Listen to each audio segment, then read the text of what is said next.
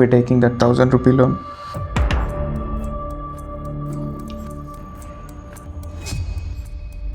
It's my bad. అది నేను pan card తీసుకున్న కొత్తలో ఎక్కడ చూడాలి కెమెరానా? అసలు ఈ లోన్ అనే ఐడియా నా ఫ్రెండ్ రిఫర్ చేశాడు.